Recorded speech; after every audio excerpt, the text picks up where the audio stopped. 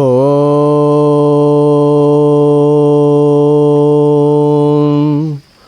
సదాశివసమారంభాం శంకరాచార్యమధ్యమాం అస్మదాచార్యపర్యంతాం వందే గురుపరంపరాం. దివ్యాత్మస్వరూపులైన ప్రియ ఆత్మబంధువులారా, మనం కొంతకాలంగా ఈ ఆధ్యాత్మిక ప్రవచనములను జరుపుకుంటున్నాము. ఈరోజు మన ప్రవచనము ఏమనగా, శిష్యులు ఎటువంటి గురువును సమాశ్రయించాలి, సేవించాలి, తరించాలి అనేటువంటి మొదలుగా గల అంశములపైన మనకున్న పరిజ్ఞానములో ప్రస్తావన చేద్దాం. శిష్యులు కూడా సశిష్యులై ఉండాలి, వైరాగ్య సంపన్నులై ఉండాలి, సాధన సంపత్తి కలిగి ఉండాలి, ఉత్తమాధికారులై ఉండాలి. అటువంటి వారే సశిష్యులు. వాక్య ప్రమాణము చేతనే, సద్గురువుల యొక్క వాక్య ప్రమాణం చేతనే వారికి ఆత్మజ్ఞానం కలుగుతుంది అని చెప్పి ఉపనిషత్తుల ప్రమాణం. కాబట్టి ఎటువంటి గురువులను మనం చేరాలి, సమాశ్రయించాలి? సద్గురువులనే సమాశ్రయించాలి, వారికే సేవ చేయాలి అని చెప్పి శాస్త్ర ప్రమాణం. ఈ విషయం ఎక్కడ తెలిపున్నారు? గురుగీతలో పరమేశ్వరుడు పార్వతీదేవికి ప్రబోధించారు. అలాగే జగద్గురు శంకరాచార్యులు వారు కూడా కఠోపనిషత్తులోనూ ముండకోపనిషత్తులోనూ సెలవిచ్చారు. సా గురుమేవా విగచ్చేత్ సమిత్పాణి శ్రోత్రియం బ్రహ్మనిష్టం. గురువు తత్వదర్శి ఉండాలి, శృతిసారం ఎరిగిన వారై ఉండాలి, సంపూర్ణ ఆత్మనిష్టాపరులై ఉండాలి, లౌకిక విషయములు యందు తగులుకొనక సదా బ్రహ్మనిష్టలో విరాజమానమై ప్రకాశిస్తూ ఉండాలి. తమ దగ్గరకు వచ్చినటువంటి శిష్యులకు సులభముగా ఏ విధముగా జ్ఞానాన్ని బోధిస్తే అర్థమవుతుందో ఉపమాన ఉపమేయములతో సులువైన మార్గాన్ని తల్లిలాగా బోధ చేసేటువంటి గురువులు కావాలి మనకు. తండ్రి లాంటి గురువులు ఎందరో ఉన్నారు, తల్లి లాంటి గురువు కావాలి మనకు. తల్లి తన బిడ్డకు ఏ విధమైన ఆహారం కావాలనో, ఏమి కావాలనో ఆ సకాలంలో అందిస్తుంది తల్లి. మాతృహృదయం చాలా పవిత్రమైనది. కాబట్టి అటువంటి గురువులను సమాశ్రయించాలి. వారి ద్వారానే మనము ఈ భవసాగరం అనేటువంటి బంధాన్ని ఛేదించి సనాతన వైదికమైన ధర్మాన్ని మనం తెలుసుకొని నిత్య సుఖమైనటువంటి ఆత్మసుఖాన్ని పొందాలి. మానవుడా మమతలీడరా, నే మమతలిడిసి రామనామ స్మరణ చేయరా, నాది నీది అనిడి మూఢ తత్వంబు విడనాడరా, ఎంచి చూడు జగతిలోన ఏది నీది కాదురా, ఆత్మసుఖము కన్న మరి అన్యమేమి లేదురా, మానవుడా మమతలీడరా, నీ మమతలిడిసి రామనామ స్మరణ చేయరా, మరి నాది నీది అనిడి మూఢ తత్వంబు విడనాడరా, ఎంచి చూడు జగతిలోన ఏది నీది కాదురా అన్నారు పెద్దలు. ఇది తత్వం అనుకోండి, కేవలం చాలా కాలం పాడుతూ ఉంటాం మనము. అందులో ఉన్న అంతరార్థం మాత్రం మనకు గుర్తు మనసుకు రాదు. వచ్చుంటే మనం కొంతన్నా ప్రోగ్రెస్ పొందుతాం. కాబట్టి కొన్ని ఆశ్రమాలలో ఎక్కువ సేవ ఉంటుంది. సేవ ఉండకూడదని నా అభిప్రాయం కాదు. కొన్ని గంటలు శిష్యులు సేవకు ఉపయోగిస్తారు శిష్యులను.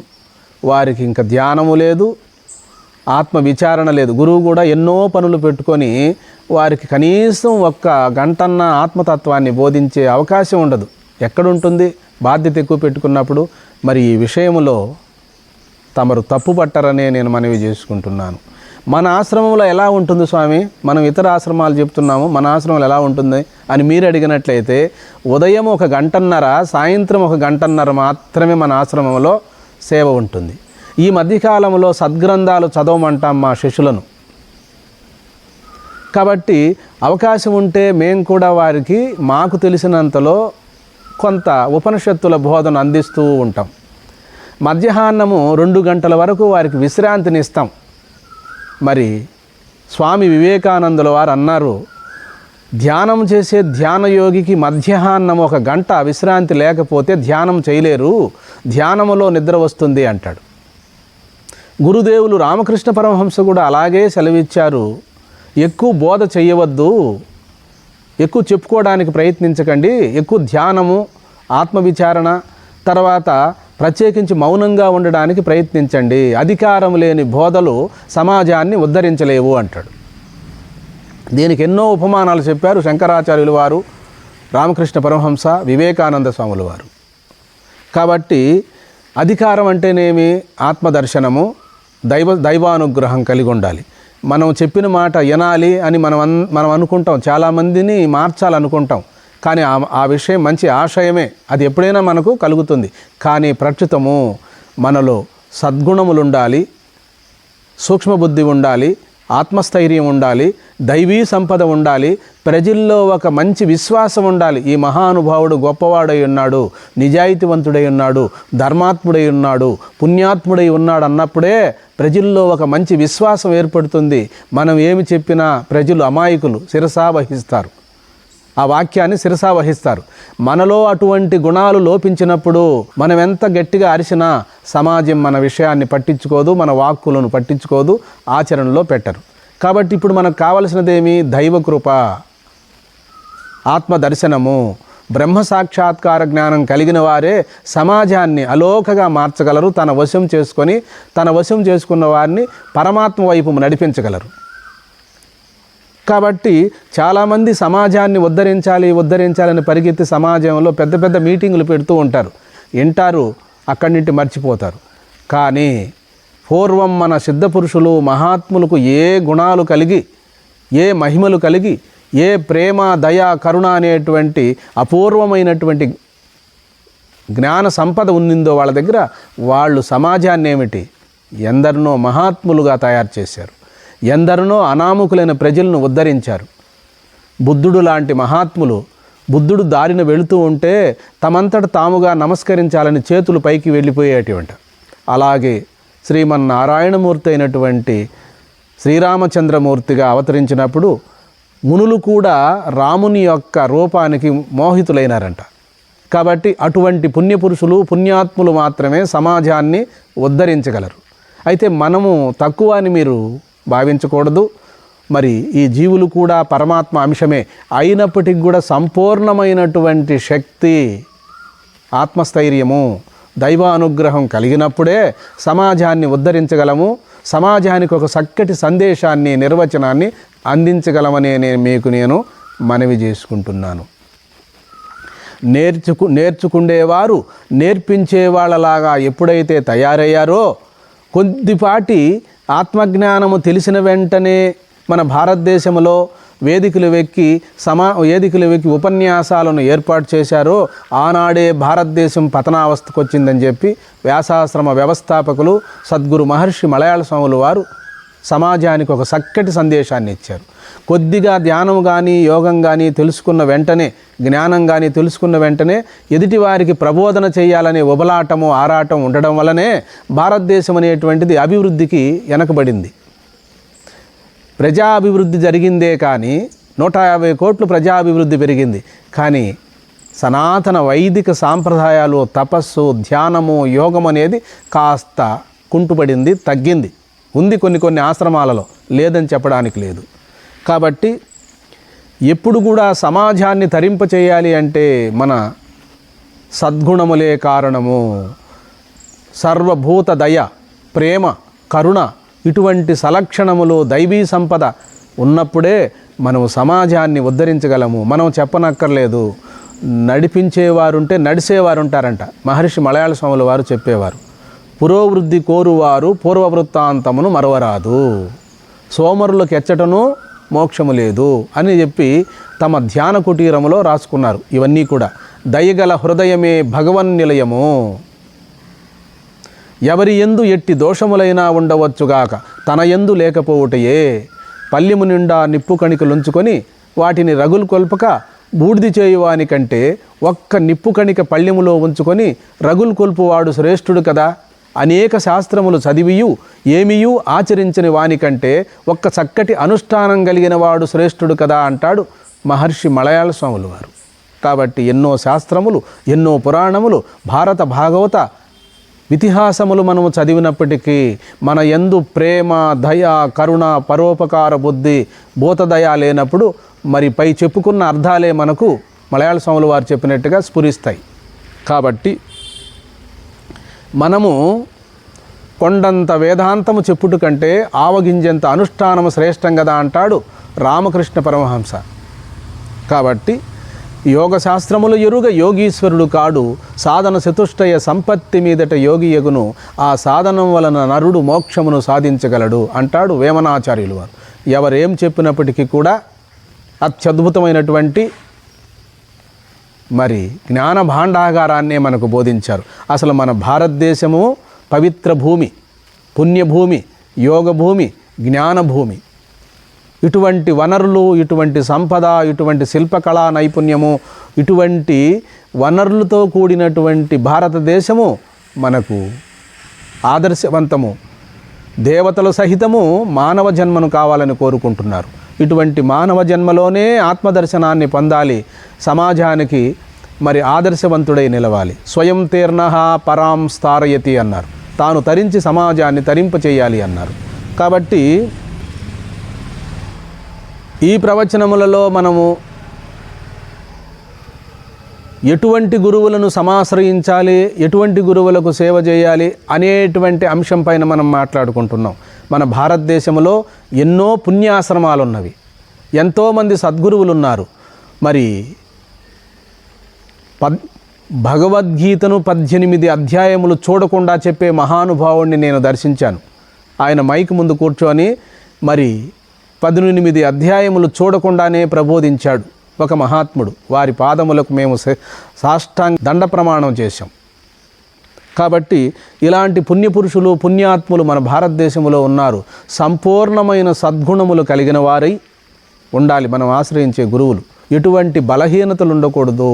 గురువులు సదాచార సంపన్నులై, ఆచారవంతులై, శుచిగా ఉండాలి, ఎల్లవేళలా పవిత్ర భావన కలిగి ఉండాలి, భూతదయ కలిగి ఉండాలి, సత్ప్రవర్తన కలిగి ఉండాలి. అటువంటి పుణ్యాత్ములు కేవలం బోధించకపోయినా వారి పాద స్పర్శ చేతనే మన జన్మ చరితార్థం అవుతుంది, మన వంశం పావనం అవుతుంది.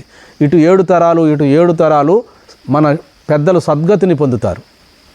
కాబట్టి అటువంటి పుణ్యాత్ములకు, పుణ్యపురుషులకు మనం సేవ చేసినప్పుడు వారి యొక్క ప్రేరణ ద్వారా, వారి యొక్క అమోఘమైన శక్తి ద్వారా మనలో ఉన్న ఆత్మ, నిద్రాణమై ఉన్న ఆత్మ జాగృతి అవుతుంది. అగ్ని దగ్గర ఇనప రాడ్డు ఏ విధముగా అగ్ని రూపం ధరిస్తుందో, పరశువేది ఇనుమును తాకితే ఏ విధముగా బంగారం అవుతుందో, కేవలం ధ్యానము, జపము చేయనక్కర్లేదు, వారికి సేవ చేస్తే కూడా చాలు. అటువంటి భావన ఎప్పుడు వస్తుంది? దైవానుగ్రహం కలిగిన వారికే ప్రేమ, దయ, పరోపకారము ఇటువంటి మంచి లక్షణాలు ఎప్పుడు వచ్చాయంటే జన్మాంతర సంస్కారాల వలన వస్తాయి, లేదా వారి గురువు ద్వారా వీరు సంక్రమించుకొని ఉంటారు. అటువంటి పుణ్యాత్ములే రామకృష్ణ పరమహంస, వివేకానంద, రమణ మహర్షుల వారు, మధ్విరాట్ పోతులూరి వీరబ్రహ్మేంద్ర స్వాముల వారు, సిద్ధయ్య స్వాముల వారు, మరి ఇంకా ఎందరో మహాత్ములు ఉన్నారు. కాబట్టి మరి చెప్పువారు కన్న చేయువారు మిన్న, చేయువారు కన్న కన్నవారు మిన్న, కన్నవారు కన్న కలయువారు మిన్న, వారికన్నా అధికుండు లేడయా విశ్వదావిరామ వినురవేమ అన్నారు. కాబట్టి మనము మరి తత్వవేత్త అయినటువంటి సద్గురువులనే సమాశ్రయించాలి, వారికే సేవ చేయాలి, వారి ద్వారానే శ్రవణ మననాదులు చేసుకోవాలనేటువంటి అంశం పైన మనం ఈనాడు ప్రస్తావన చేసుకుంటున్నాం. మరి అందరికీ కూడా అటువంటి ఉపనిషత్తులు, బ్రహ్మసూత్రములు, భగవద్గీత ఉండకపోవచ్చు. కానీ కొందరిలో దైవీ సంపద ఉంటుంది. ఉపనిషత్తులు, భగవద్గీత, బ్రహ్మసూత్రాలు శ్రవణం చేసి, ధ్యానం చేసి, మననం చేస్తే మరి ఏ ఫలితం ఉంటుందో ఆ ఫలితం జన్మాంతర సంస్కారాల వల్ల కొంతమంది పుణ్యాత్ములై, సద్గుణవంతులై, ఆచారవంతులై ఉంటారు. వారు ఇప్పుడు ఏ గ్రంథాలను చూసి ఉండరు, ఏ శాస్త్రమును చూసి ఉండరు. వారి ఆచరణే సమాజానికి ఆదర్శవంతమై ఉంటుంది. వారు చెప్పిందే వేదమై ఉంటుంది, వారు చెప్పిందే ఉపనిషత్తులై ఉంటాయి, వారు చెప్పిందే బ్రహ్మసూత్రాలై ఉంటాయి, వారు చెప్పిందే శ్రీమద్ భగవద్గీత అయి ఉంటుంది. కాబట్టి మరి పుణ్యపురుషులు, పుణ్యాత్ములు గత జన్మలో చేసినటువంటి సాధన బలం చేత భగవాన్ రమణ మహర్షుల వారు అలాంటి వారే ఉపనిషత్తులను చదవలేదే, బ్రహ్మసూత్రాలను మరి సమాజానికి బోధించలేదే, భగవద్గీతను కూడా సమాజానికి ఎక్కువ బోధించలేదే. కానీ వారు ఏది బోధించారో అదే వేదం అవుతుంది, వారు ఏది బోధించారో అదే ఉపనిషత్తులు అవుతాయి. సర్వశాస్త్రముల సారాన్ని నీవెవరో తెలుసుకోమన్నారు భగవాన్ రమణ మహర్షులు వారు. కాబట్టి రమణ మహర్షి యొక్క ఫోటోను పెట్టుకొని మనము వారే గురువుగా భావించిన మన జన్మ చరితార్థం అవుతుంది. అలాగే జగద్గురు శంకరాచార్యులు వారి యొక్క చిత్రపటాన్ని పెట్టుకొని పొద్దున్నే గురుధ్యానం దేవతోపాసన ఎట్లా చేస్తామో ఆ విధంగా గురుధ్యానము గురువుపాసన చేసినటువంటి వారికి అంతర్యామి స్వరూపుడైన భగవంతుడే మనకు ఆత్మజ్ఞానాన్ని బోధించి ఏ జ్ఞానము ద్వారా పరమాత్మను చేరగలమో ఆ జ్ఞానాన్ని మనలోనే వ్యక్తం చేస్తాడు. దదామి బుద్ధియోగంతం అన్నారు గీతాచార్యులు వారు భగవద్గీతలో. అనన్య భక్తితో నన్ను ఆరాధించే వారికి వారు నన్ను చేరుకోవడానికి ఏ జ్ఞానం కావాలనో ఆ జ్ఞానాన్ని నేను వారి యందే అనుగ్రహిస్తాను అన్నారు. కాబట్టి అనన్య చిత్తము అనే దగ్గర మనం కొంచెం విచారించాలి. అన్యము కానిది భగవంతుడి కంటే అన్యము కానిది. భగవంతుడు అంటే సాకారం, ఆత్మ అంటే నిరాకారం. దయవంచి గుర్తుపెట్టుకోండి. భగవంతుడు ఏం బోధించాడు మన గీతాచార్యుల వారు అక్కడ చెప్పినటువంటిది భక్తులకు చెప్పాడు, జ్ఞానులకు చెప్పాడు. అనన్య చిత్తము అంటే అన్యము, ఇతర చింతనలు మాని కృష్ణ పరమాత్మనే ఆరాధించమని ఒక అర్థం, దైవాన్నే ఆరాధించమని ఒక అర్థం. ఇక రెండో అర్థము అనన్యము అంటే పరమాత్మ తనకన్నా అన్యము కాదని. అహం బ్రహ్మాస్మి, తత్వమసి, అయమాత్మా బ్రహ్మ, ప్రజ్ఞానం బ్రహ్మ, శివోహం శివోహం సోహం అని నిరంతరము ఆత్మభావనతో, సర్వాత్మభావనతో, ఏకాత్మభావనతో సదా అలా మిగిలిపోయి తనలో తాను రమిస్తూ ఉండడమే అనన్యము, అన్యము కానిది అని ఒక అర్థం. అన్యము కానిది అనన్యం. అనన్య చిత్తముతో నన్ను ఆరాధించే వారికి వారి యోగక్షేమములు నేనే వహించుచున్నాను అన్నాడు. కాబట్టి సాకారంగాను నిరాకారంగాను ఉంది. సాకారంగా భగవంతుణ్ణి భక్తుడు భగవంతుణ్ణి ఒక రూపముతో ఆరాధిస్తాడు. భగవంతుని చిత్రపటాలను కానీ విగ్రహాన్ని కానీ అది దైవోపాసన చేస్తాడు, ఈశ్వరోపాసన చేస్తాడు, సగుణారాధన చేస్తాడు. ఇక్కడ రెండూ చెప్పారు. సాకారోపాసకులు శ్రేష్ఠుల, నిరాకారోపాసకులు శ్రేష్ఠుల అన్నప్పుడు వీళ్ళిద్దరూ కాదు, అనన్యం నిరంతరము అన్య భావన లేక అనన్య భావనతో ఆరాధించేవారే నాకు మిక్కిలి శ్రేష్ఠులు అన్నారు. కానీ సాకారోపాసకులు కూడా శ్రేష్ఠులే అన్నారు. కాబట్టి అనన్యము అంటే అన్యము కానటువంటి ఆత్మరూపము కంటే అన్యము కానటువంటి తత్వాన్ని. శివోహం శివోహం అసంగ్రోపాసన, సోహం అని అర్థాలు వస్తాయి. ఈ నిరంతరము ఆ దైవ భావనలో, సర్వాత్మ భావనలో తనకంటే అన్యము కాదని ప్రజ్ఞానం బ్రహ్మ, అహం బ్రహ్మాస్మి, తత్వమసి అనేటువంటి మహావాక్యాల అంతరార్థాన్ని తెలుసుకొని నిరంతరము సర్వాత్మ భావనలో ఉండడమే అనన్య భావన. తమకు నేను మనవి చేసుకుంటున్నాను. కాబట్టి ఎటువంటి గురువులను మనం సమాశ్రయించాలి అంటే శిష్యులకు సంపూర్ణమైనటువంటి ఆత్మబోధన అందించే గురువులే మనకు కావాలి.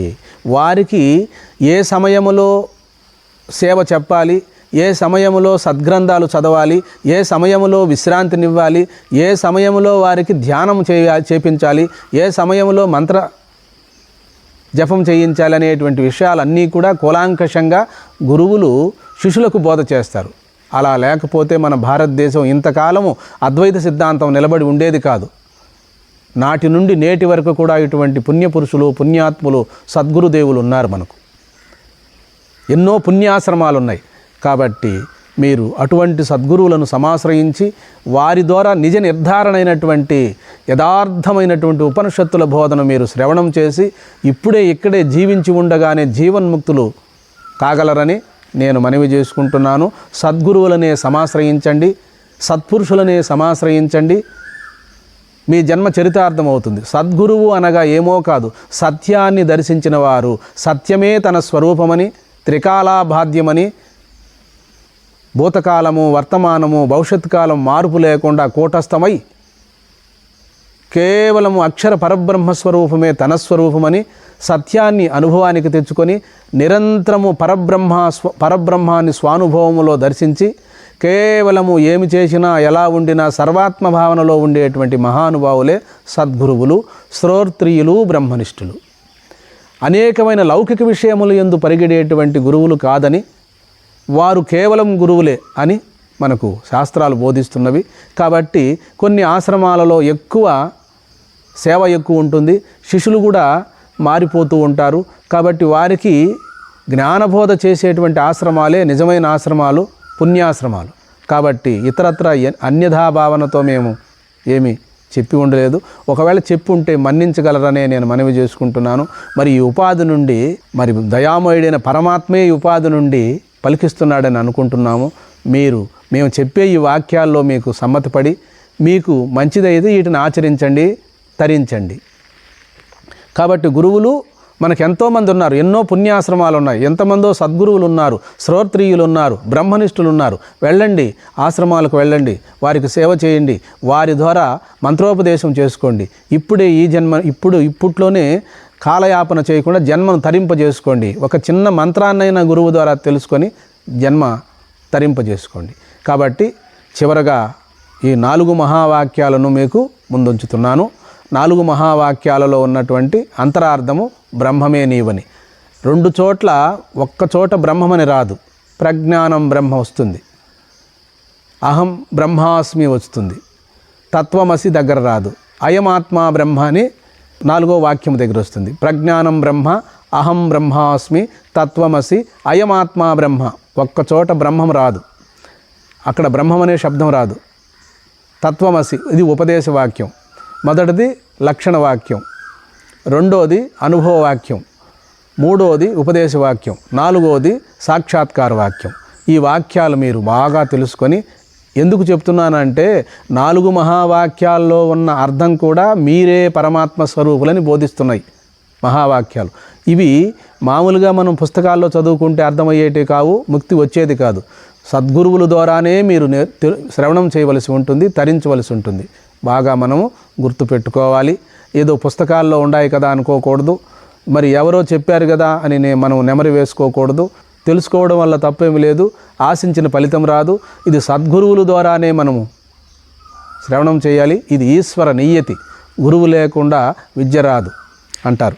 కాబట్టి పూర్వజన్మలో పుణ్య సంస్కారాలు, పుణ్యాత్ములుగా ఉండేవారికి ఎక్కడో 1,00,000 మందిలో ఒకరు, 1000 మందిలో ఒకరు, 1,000,000 మందిలో ఒకరు ఉంటారు గురువు లేకుండా. అందరికీ గురువే కావాలి. ఆ గురువు పరబ్రహ్మమని మరవకండి.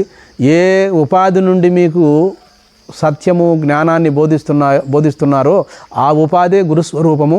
అందులో ఉన్న ఆత్మే పరమాత్మ, ఆ పరమాత్మే పరబ్రహ్మము. సర్వే జనాః సుఖినో భవంతు, లోకా సమస్తా సుఖినో భవంతు. హరి ఓం.